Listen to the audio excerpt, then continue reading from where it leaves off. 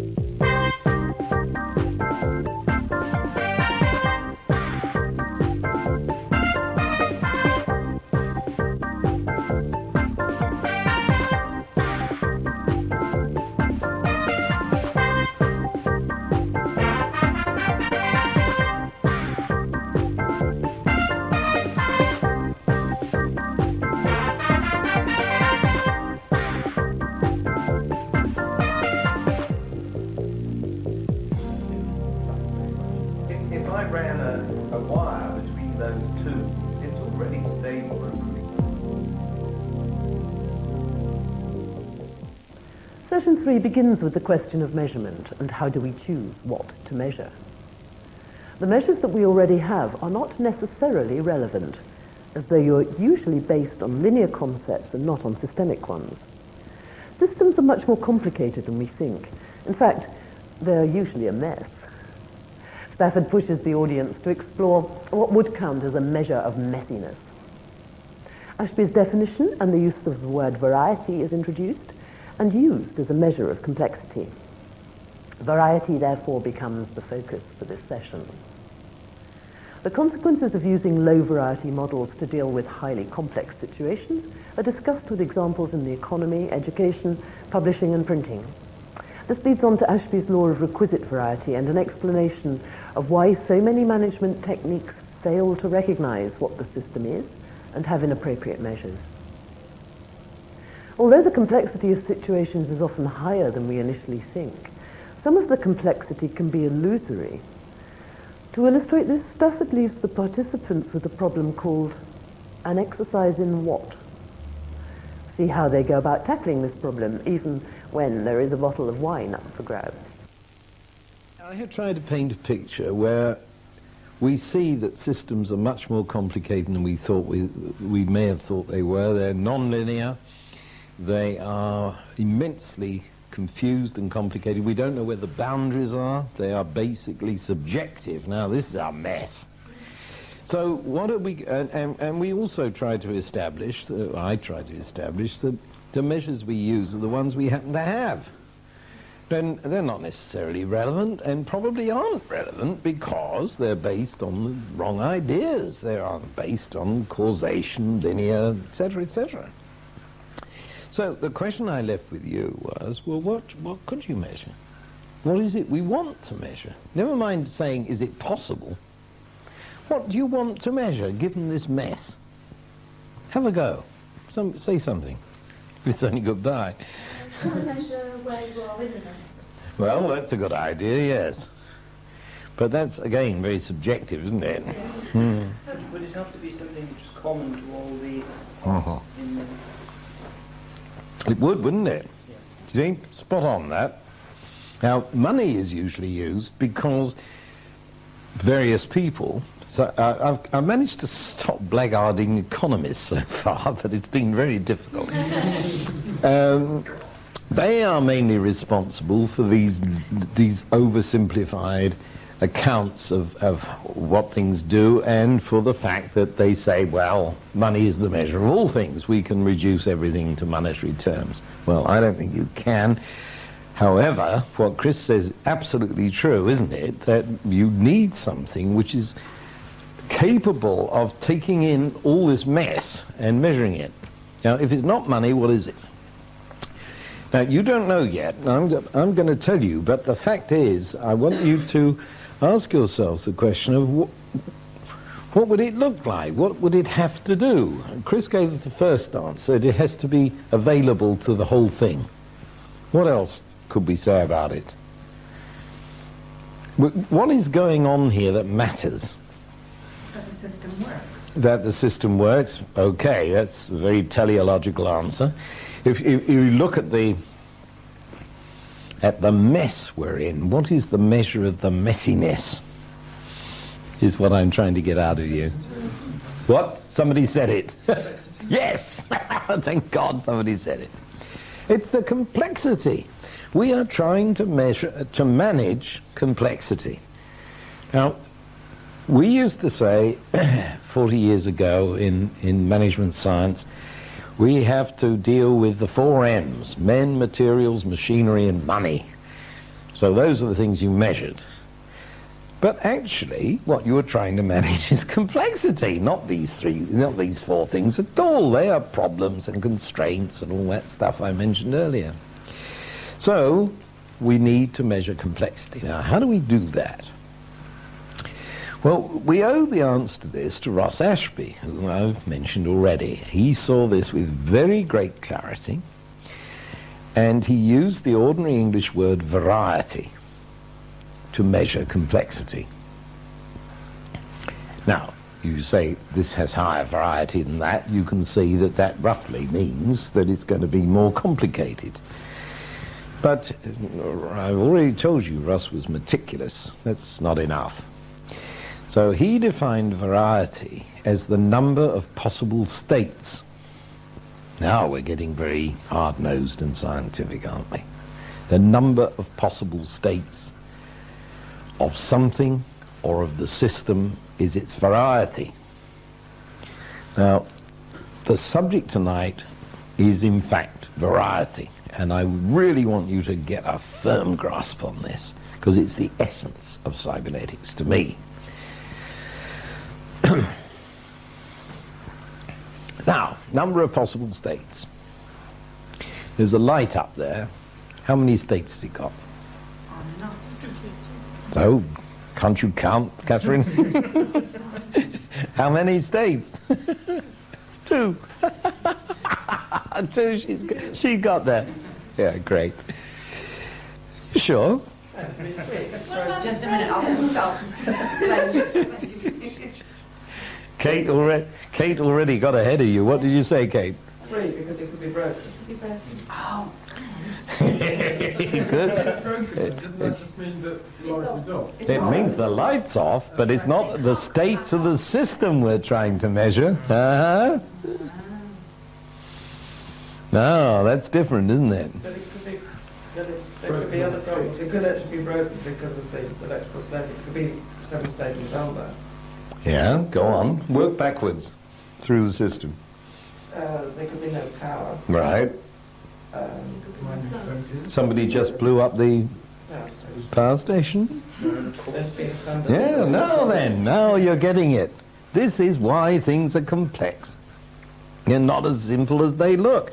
Sorry, you're the full guy here, Catherine. I mean, it's so obvious it's two, and then it turns out, yeah, just a minute, what do we actually mean here? You know, if you want to know the number of states, you're going to have to count them, and in just the way we have been doing. And before you know where you are, you've got an awful large number on your hands. Well, now, let's go back to the simple thing, whether the light's on or off. We say that because there's a thing called a switch which turns it on and off. Would you believe? Some of you will have seen a stepping switch with, let's say, 10 positions on it. It goes click, click, click, click. Now how many states have we got? It does indeed. You're doing very well for me, Catherine. Well, I did say that there are 10 positions, which means that the 10 intensities of light, right? So how many have we got now? We've got 10 plus off, plus as many things as Kate can think up here to obfuscate the issue. So, no, that's all right. Getting used to the idea of trying to measure variety? It's kind of weird. Not as easy as it looks. How would you see a lot of the switches these days don't have 10 positions, they just have a continuous... They certainly do. Well, you tell me, what's the variety of... It's infinite. It's infinite. Is it? You walk right into that, Glenn. Thank you very much. So this is a variable switch. You just move it, and somebody said infinite. That depends on the perception of the... Ah, Kate's winning tonight, isn't she? Because, doesn't it? I had a swim, that's all. So, what do you mean it depends on perception? Don't you answer this time, make somebody else work. She said it depends on perception. What's that mean? Perception of the system definition. Absolutely. Well, go on. Well, it's whether the state of being on is a measure of intensity or not. We already said it is. Isn't it subjective? And now we're asking whether it's infinite. It's a very, very interesting question. Really is. She definition the system steps. It's defined by two limits. There's not an upper limit, right? But someone who's got very bad eyesight may only be able to distinguish. Never mind somebody with bad eyesight. What about somebody with good eyesight? How many states can you distinguish? It will depend a lot. Now, what have we done here? Something extraordinary has happened when you think about it, because we were talking about the light and its switch and its power generation as if it was something objective. But we've already agreed that systems are subjective phenomena. They're things we think of.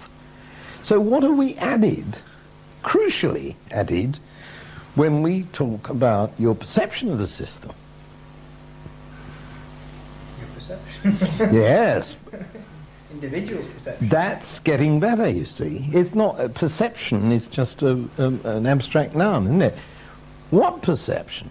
It's your perception, Glenn says. Well, of course it is. And so now we have this extraordinary thing, which is revolutionary in this thinking. It really was. That you suddenly realize that the observer is part of the system. And you can't talk about the system without this observer. Now, you see, 200-300 years of science said that there's a reality out there. We come along and measure it. If we can't see it, we invent the telescope. If it's too small, we invent the microscope. And always there's this objective reality, and I'm some kind of god with the instruments who's going to tell you what it's all about. But suddenly we see that what we are really talking about is a constantly interactive exchange between the observer and the system. Now, Actually, you see, this has been discovered in physics at the turn of the century. Does anybody know what I mean? Yeah. Heisenberg. Anybody else know Heisenberg? The principle of indeterminacy. Heisenberg realized this, and just look how long it took to get out of... I mean, this became the physics of quantum theory, quantum mechanics. Round about the turn of the century, look how long it took to get into the system. The system. When I was at school in the 30s, Einstein was regarded as a nutter. And I remember distinctly asking a physics master what the hell relativity theory was all about. And he said, well, it's obvious nonsense, my boy. This is the 30s. Because Einstein says that parallel lines meet, and we know they don't. Period. I went away and thought about this, I mean, because obviously, in Euclidean geometry, parallel lines don't meet, and here's this guy saying they do. And nobody ever pointed out to me, I had to discover it for myself years later, that whether you think they meet or not depends on the axiomatic system you set up. And Euclid set up a system of axioms in which they didn't meet, and Einstein monkeyed around with that, and in his axiomatic system they do. So what's the big deal? The big deal is perception.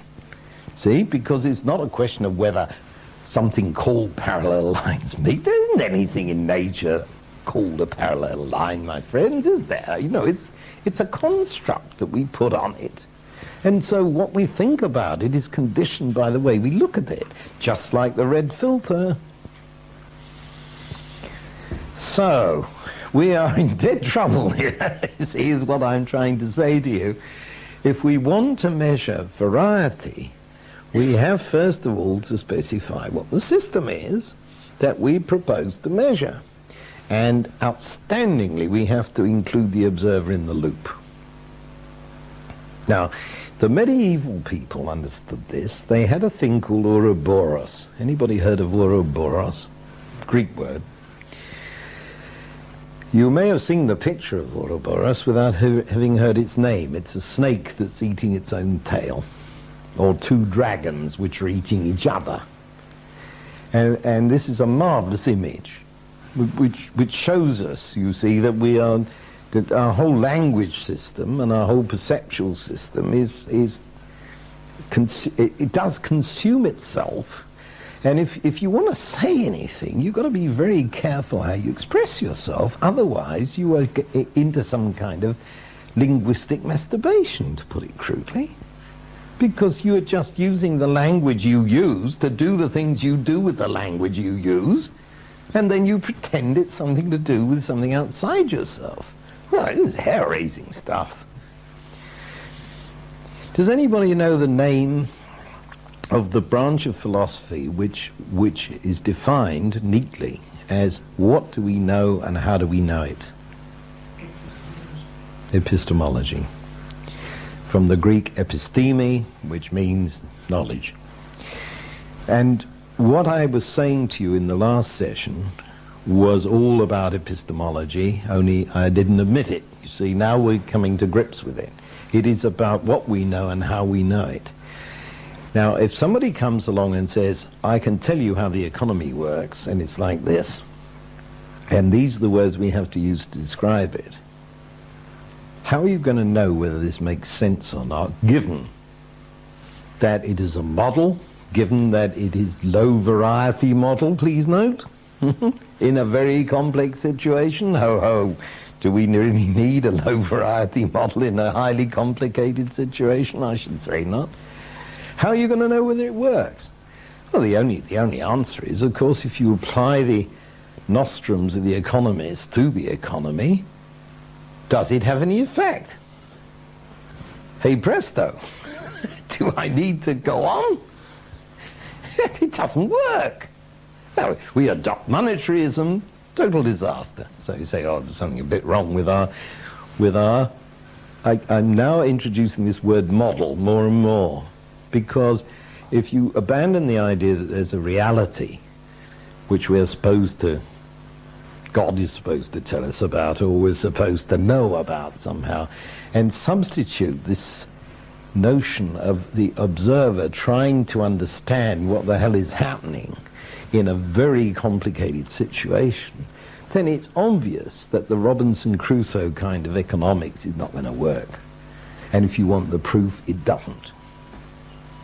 So you can be a Keynesian, you can be a Marshallian, you can be a Marxist, you can be a Friedmanist. You can do all these things, and none of them work. So one of the things I came kind of famous for was attacking the business schools for saying, you see, the way I put it was, they're all teaching different things, somewhat different. The only thing they have in common, you see, is the scientific truth, isn't it? They're all teaching one thing in common. What is it? It is that none of the teaching works. It's no wonder I'm not very popular. Well now, we're really getting to grips with this thing, you know. I know it's still very abstract, and I thank you very much for hanging on to me, but I see you do. Now, we've got to get back to the counting business if we're going to could try and quantify things, and we've already seen it's not easy. You have to specify it, the business with the lights. Now, let's have a look at something here.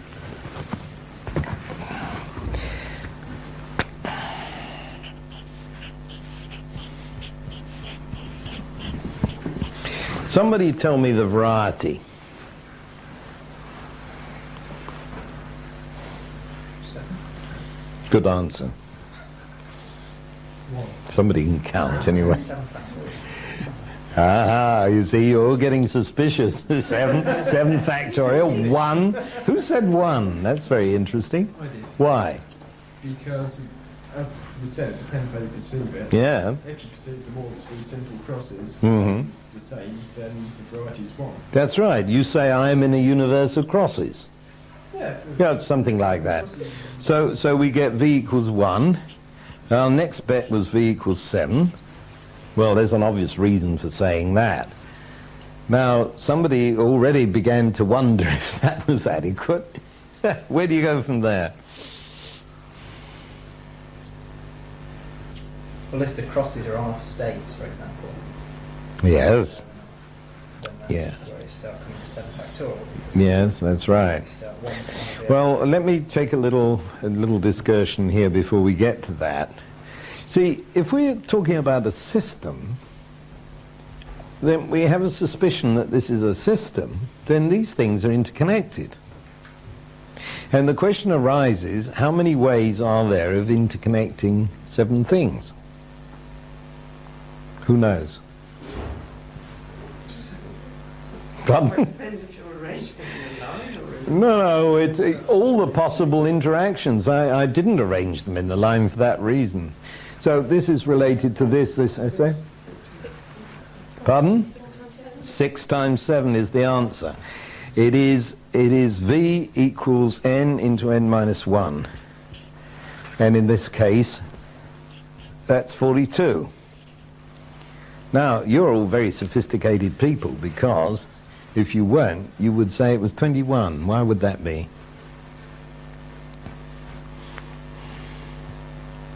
Too sophisticated. See, the school books will tell you that it's n into n minus 1 over 2. Why? Because if you put that in, then you've also got that. Now, why is that wrong from a cybernetic point of view? I can't hear you, They Karen. don't have to be the same. That's A right. with B is not the same with B with A. Right. Ask an uncle and a nephew. You got it. Isn't that so? They're not the same. So this is the sophisticated answer, and the school textbook, which says it's 21, is very unsophisticated. Now we come to Glenn's point. We've got all these interconnections, so the thing is beginning to look like this, you see, and a great mess here with 42 connections. he said, maybe they're on or maybe they're off. And that's the simplest case. Now then, if these are on or off, who cares to say what the variety is of that number when any of these may either be on or off? Yes, you got it? 2 to the 42. And that's really rather a large number. And that's only if it's on or off. It doesn't take account of Kate Bailey's version of the world in which things may be on or off for all sorts of bloody reasons, which is the truth of the matter, after all. So this begins to get extremely complicated. Now, if you want to know what the variety is of any situation, it's obvious, isn't it, that you have to make a very careful statement about what it is you think you're dealing with, because the answer is going to be all over the place. And what we find in management, and I'm forced to get round to management because that's my subject, is that most people in management do not take the trouble to ask themselves what exactly they are computing with.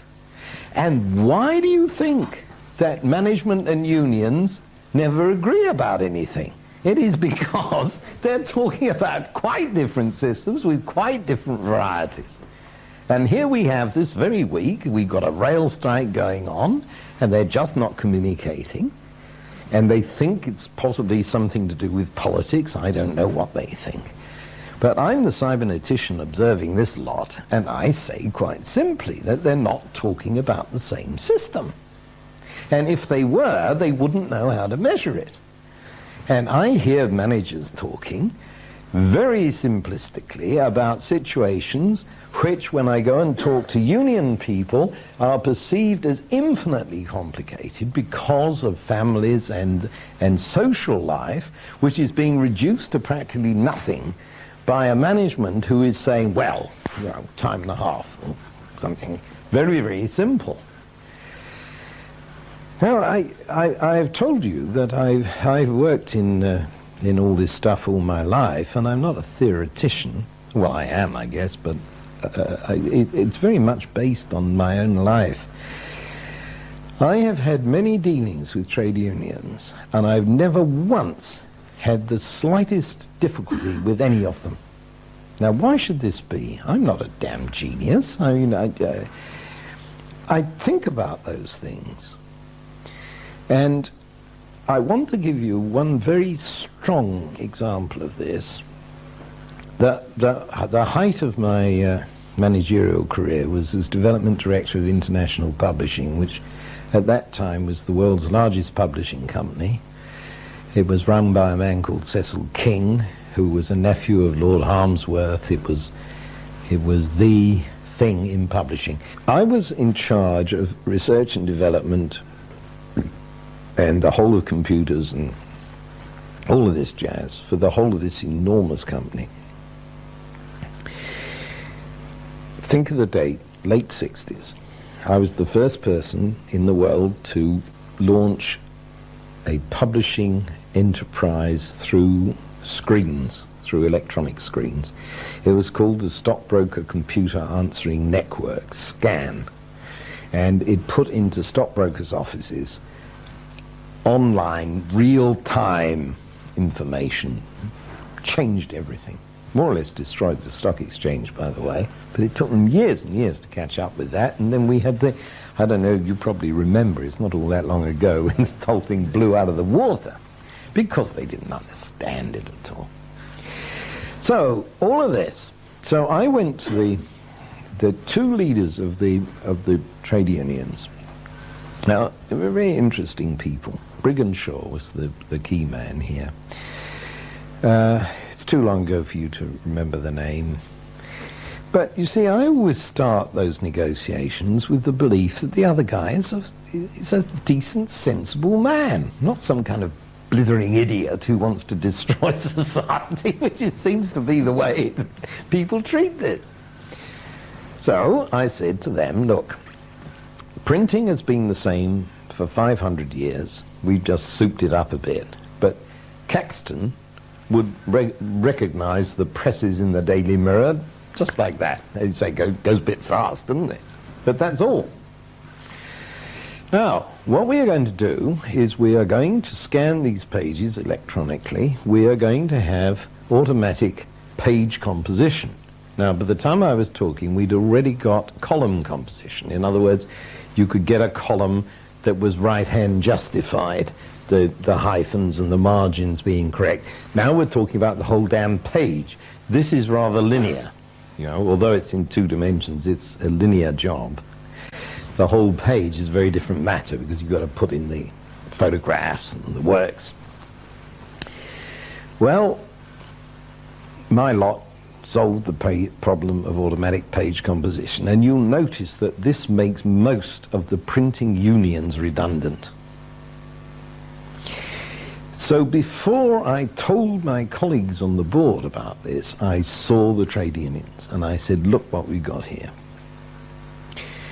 And I left the page with them, and the cleverest man in the union delegation wrote me a note saying, Stafford, the writing is on the wall, do you have to make it so bloody obvious?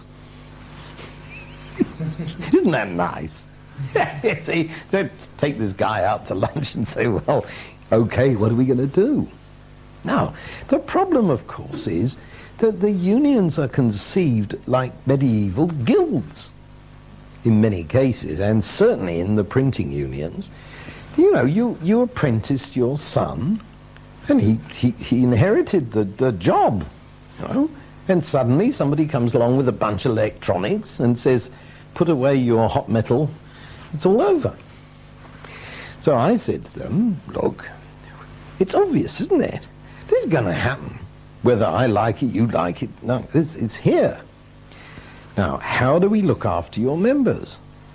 What we have to do is train your members in electronics. That's all. Most of your kids are at school. You don't have to take them into hot metal, which is a dead loss.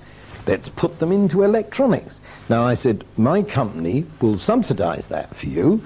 We will give you scholarships and so on to get into electronics and take over this technology, and you'll be just the same as you are now. No problems at all about it, really. So why didn't it happen? I put that to the board of IPC, and they were very dubious because they lived like this, you know, all these years. Now, IPC was very advanced in having me there, I can tell you.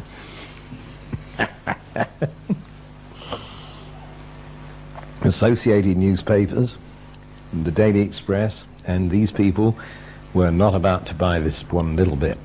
And the whole industry has to move together, so no one would do it. And what was the result? Years and years later, I left in disgust. We had Wapping, remember?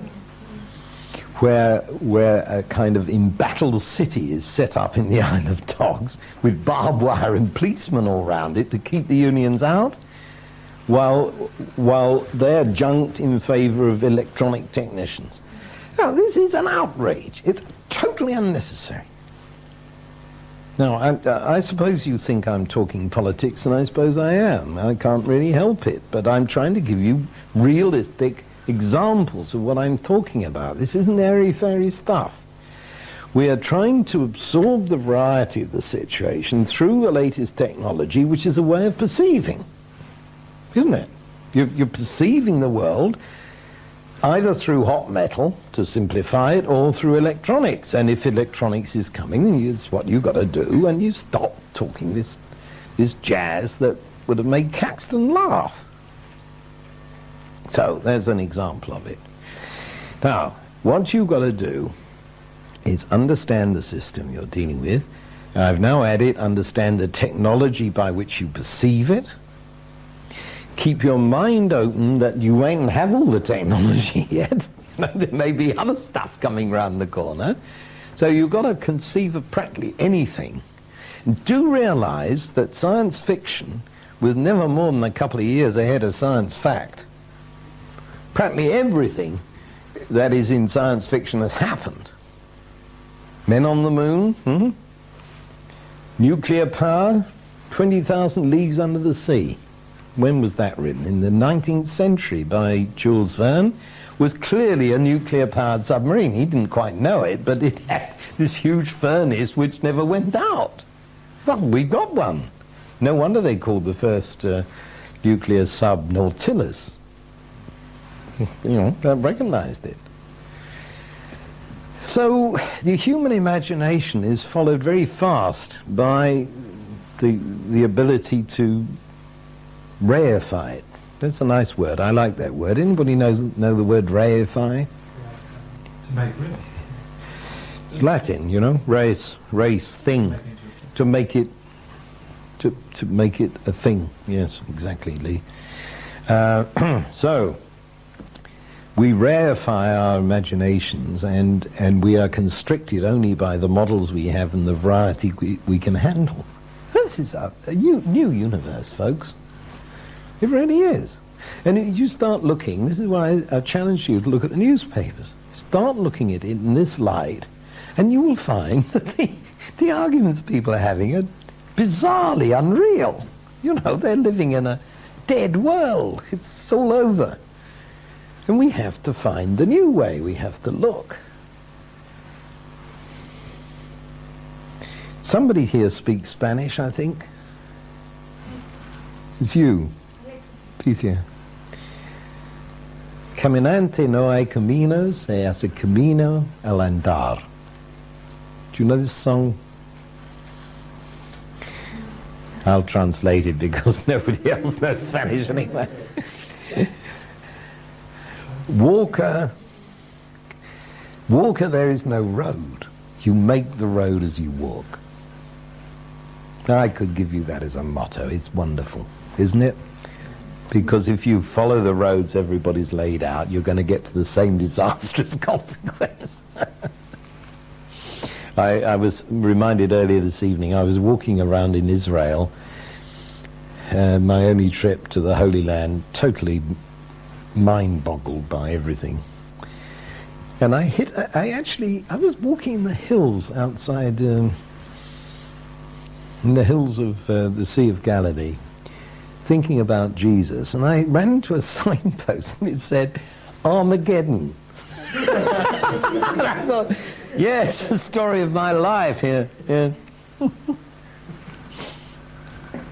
So here we are with our problem, and I really tried to loosen your thinking up and saying, well, we are hanging on to the notion of variety. Now then, what are we going to do with it? You're going to go around counting things?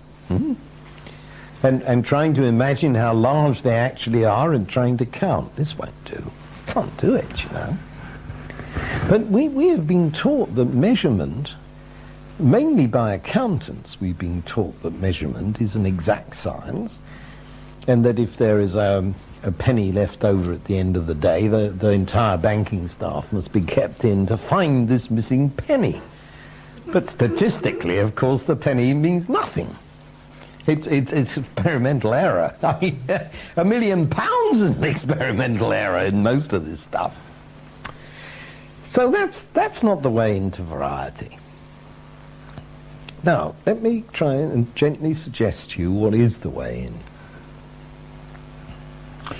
If I got up, I don't want to because my legs hurt me. If I got up and held up a coat of rather unusual size, let's say it's very small or it's very big, obviously. I say, I've got this coat going begging, does anyone want it? Now, how do we know who will fit this coat? Somebody might say, that's a very large coat, I am 6'5", I'll have it. Or somebody says, that's a very small coat, I'm the smallest person here, let me try it on. We say that kind of thing, don't we? So the varieties are being handled without counting, is my point. We have no problem in saying that's bigger than this, without calculating, as we've been taught we must, essentially, forgive me my accountants. If I said, I have this piece of furniture, will it go into that alcove? And this is very marginal. I say, yeah, it's going to go in there, or couldn't possibly. And that's the decision I want. Now, we could go and measure the alcove and measure the piece of furniture and say, well, the alcove is 3'5" and the piece of furniture is 7'6". I don't think this is going to work. We don't need to do that because we make comparative variety evaluations. And most of what we do in the real world is about that, I think. Now, if we start thinking of our problems in terms of matching varieties, we're onto a new ball game altogether. And so it's no use the minister getting up in the House and saying, we do not have the statistics for how many lesbians are running amok in Newcastle or whatever, as they do at the moment. That you wouldn't... no, I didn't mean they do in Newcastle. Ministers, thank you very much. Somebody rescued me. I do get into trouble sometimes. What we say is, let us look at what we can assess. Now, when I said measure, I don't mean count, you see, necessarily. Now then, let me give you this example. Here is a scientist from Mars, who's a very good scientist, but knows nothing about terrestrial matters, okay? Now, out there, he sees a green field with white lines on it and things we call goalposts at the end. And unknown to him, a set of 11 guys is practicing. And these guys all have red shirts on. And they start off down here and they run down this field and they push a ball between each other, and then somebody slams it through the posts, and then they take it back and they do it again. So they score 370 goals in the time, in half an hour that the Martian scientist is observing this. So he said, well, this is very interesting. What is going on here? So somebody says to him, well, we've discovered that this is a game called soccer, and that the objective of the game is to stop these people doing that. So what do the Martian scientists say? He's facing a very high variety situation. Now, what he notices is that the ball goes back and forth and always goes like that. So the Martian scientist says, well, let us put a big slab of concrete right there. And this can't get through it. So he does that. And then down come the 10 men in red shirts, and they go round it, and the Martian scientist says, bloody hell, I wasn't expecting that, you see. So then he tries the strategy. I mean, just think it through from his point of view. He tries the strategy of putting a lot of little posts all over the place. And now these people who are known for their dribbling, only he doesn't know the word, they're just having a fine old time running all around this stuff, and still scored 380 goals. Johnny says, well, what's going on? Clearly, these individuals, these 11 individuals, are governed by their own control system. They must have something in here somewhere that tells them how to operate. We must measure that. So the Martian scientist comes along with something that we should call an electroencephalograph, and he puts it on the head of these people and says, I will try and find out what's going on in Paddy's head when he's trying to get round Chris, the concrete post. You have an easy role tonight. Now, just please follow this through. I mean, it's bloody fascinating.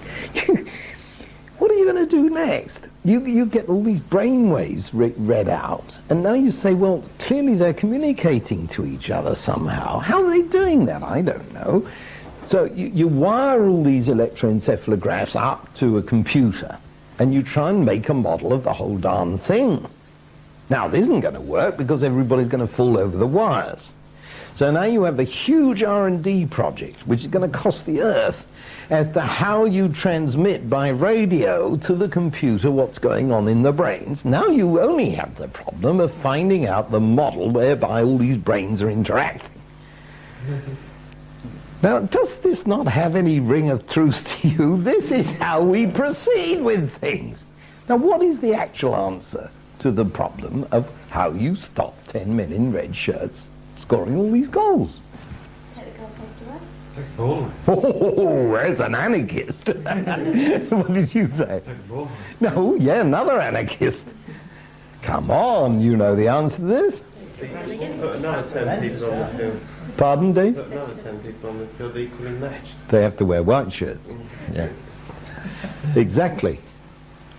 Now, you have discovered Ahsby's law, which I think is as important to management as the law of gravity is to physics. What is it that you have just discovered? Much variety with variety. Yeah. Only variety can absorb variety. You don't have to count all these states, you have to match them. You know, suppose I wave my hands around a lot, I know it, don't take the mickey out of me. Supposing I waved them around so much you didn't know how many fingers I had. But supposing I, judicially, as a good professor, kept doing that. You still didn't have time to count, but you would be able to say he has the same number of fingers on each hand. That is the sort of thing I'm talking about, where you're not counting, you're doing something much more sophisticated. You are matching variety. Now, all our problems arise from disobeying or attempting to disobey Ahsby's law. As a matter of fact, you can't. It's a law of nature, you see. But we go around with management systems which consistently ignore this. Now, the Chancellor of the Exchequer says, well, I want to control the money supply and inflation. Then the economy is under control. What? All you're going to do is create all these people running around the goalposts, hiring hordes of accountants and lawyers. No problem. Then the Chancellor of the Exchequer is left standing there like a lemon. It's their favourite occupation, as you know.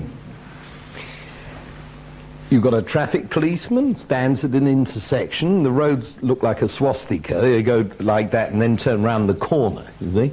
He can't see anything. He's got a 3-mile queue down here, he doesn't know. So he's waving people on without regard to the total picture, which is our big system, holistic notion, because he doesn't know anything about it, bless his heart, it's not his fault.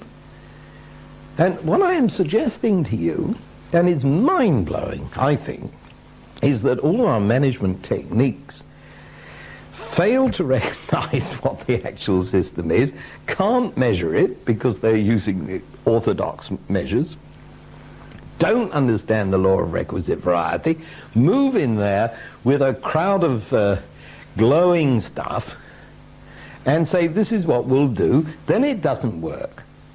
So what do they do next? Mrs. Thatcher was the great exponent of this. To the opposite. Oh no. Exactly. What did she do? They don't understand. We have to do it much harder. Push it. Sell it. Increase it. The fact that it doesn't work is going to get worse and worse. Well, that's too bad. We didn't notice that. Well, this is my whole message about management, and I've finished the first day with where I wanted to get to try and loosen up your thinking about this and see what really matters in this. Now, I'm not going to be so destructive in the next days. I'm going to try and build you a model of how to do this.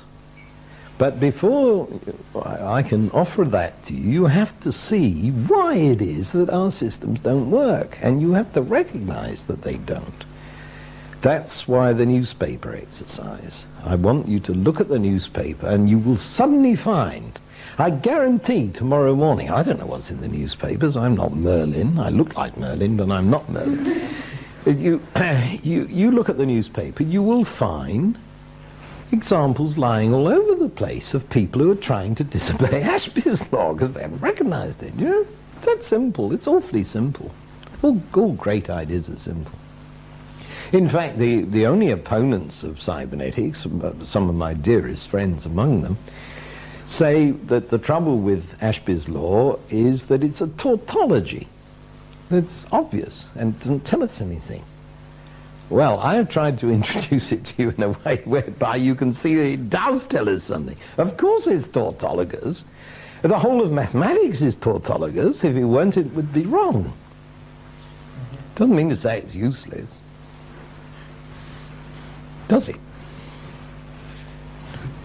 Now, I kept meaning to time myself. I didn't even bring the clock this time. How are we doing? We're still running. Well, we better stop. Now, I want, as I told you before, I want you to think about what I've said, sleep on it, talk to me in the morning, tomorrow afternoon about it, by all means. Look at the newspapers tomorrow. Look for validations, look for counterexamples, prove I'm wrong, whatever you like. Now, I also told you that I was going to give you a formal exercise. And I would like to end tonight by setting this exercise, and here it is, and I will dish it out, and you can spoil your night's sleep by trying to read that. But I want this recorded for the cameras, and I'm going to ask Kate Bailey if she would be kind enough to read it, because she has such a mellifluous voice. Sort this one out if you can, folks. An exercise in what? The problem. You have been appointed manager of a shop engaged in jobbing production and have been finding out the form, which is pretty awful. Some shifts go well, but on others two types of difficulty arise, either separately or together. One difficulty is that a shift may throw up a loss compared with standard. The other is that a dissident faction of work people may decide to cause trouble, and that consumes too much energy in handling the wildcat strike threat. It turns out that there are two matters under your control that bear on this. Some work attracts a bonus rate, and the loading of this work can be manipulated. It seems to be generally accepted on the shop floor that more than 30% bonus work is good, while less is bad. There is another, an unpleasant kind of job which you can always run, or not. This, according to agreements, involves a flat 10% extra payment for the whole shift. The production director has said that when you start on Monday, you must operate this system as best you may. But until delicate negotiations at a higher level are completed, he would like to see as little trouble as possible. So you set to work to discover what actually happens, and it follows a definite pattern. If there is smooth working, i.e. no dissidence on a shift, it will continue on the next shift, unless the proportion of bonus work is bad. Then there is trouble, unless it is clear that the previous shift made a loss, in which case the troublemakers make no headway because the earlier loss realistically explains the bad bonus. Indeed, if the bonus is good following a loss-making shift, trouble will certainly break out while people argue what the management is up to. If there is trouble on a shift, then that too goes on into the next shift, even when the bonus is good and the extra payment is made, if the first shift made a profit. But there is an interesting exception to this. If the extra payment work is not put in, this seems to be taken as a sign that the order book is falling and that men may be laid off. At any rate, the trouble stops. When the trouble shift also makes a loss, then this weakens the dissident's hand, and there is no trouble on the next shift, provided that the extra payment work is put in. Given a profitable shift, the dissidents will see to it that the next shift makes a loss, unless there was also trouble on the first shift. In that case, troublemaking is apparently too dangerous, because it doesn't happen unless both the bonus is bad and there is no extra payment, when the dissidents will get away with troublemaking again. After a loss-making shift, on the other hand, the next shift turns out to be profitable, so long as there was no trouble on the first shift. These dissidents are very careful. If there was, the loss will certainly continue. However, this whole situation is inevitably reversed if the extra payment is not made. Again, this seems to be taken as a dangerous sign in some circumstances, if not others. It's all terribly complicated and your hands are tied. So this is certainly not an exercise in industrial relations. You must not interfere with those, but you do have a guarantee that the shop floor will respond true to form. What is this an exercise in, then? Can you solve the problem? Is there anything you can do to ensure making a profit and have smooth running as well? Tell you this much. We can work out from the state of affairs on the last shift Friday night that your first shift on Monday morning is bound A, to be in uproar, and B, to make a loss. Congratulations on the new job. And if it sounded as if I understood that, I assure you I don't. Beautifully read, Kate. Thank you very much. Who wrote that? I wrote it. It's a muddle, isn't it? Now, you see, this is trying to propose to you the muddle of real life. Now, what is an exercise in? You could tell me that already. Yeah, exactly. It's an exercise not in accounting or man management, because that's all taken out of it. But it's still very complicated. It's an exercise in complexity. Does anybody think if they sit down hard and work on that, they can solve it? If I could, I'd have done it at my company. Well, I always put this to my undergraduate students, and I offer a bottle of wine to the first person to give me the answer. And every year for 5 years somebody's done it, so there's a challenge for you. Do we get... Oh yes, oh yes. Yeah. Now, what I'm going to show you in the course of the days, as a sideline as it were, is how to solve this, because obviously there are going to be ways, by looking at this cybernetically, systemically, that you can solve it. But I would quite like you to try, if you're willing, just to try and get the feel of it. And tomorrow I will explain more about it. But please join the fun. Because I'm not doing this to penalize you or be vindictive or something. I want you to see that real life is very complicated. And that sounds very complicated. It actually isn't, you see. So the question is, can you spot it? And if so, how? And are there techniques that would improve the matter? There are. Good night.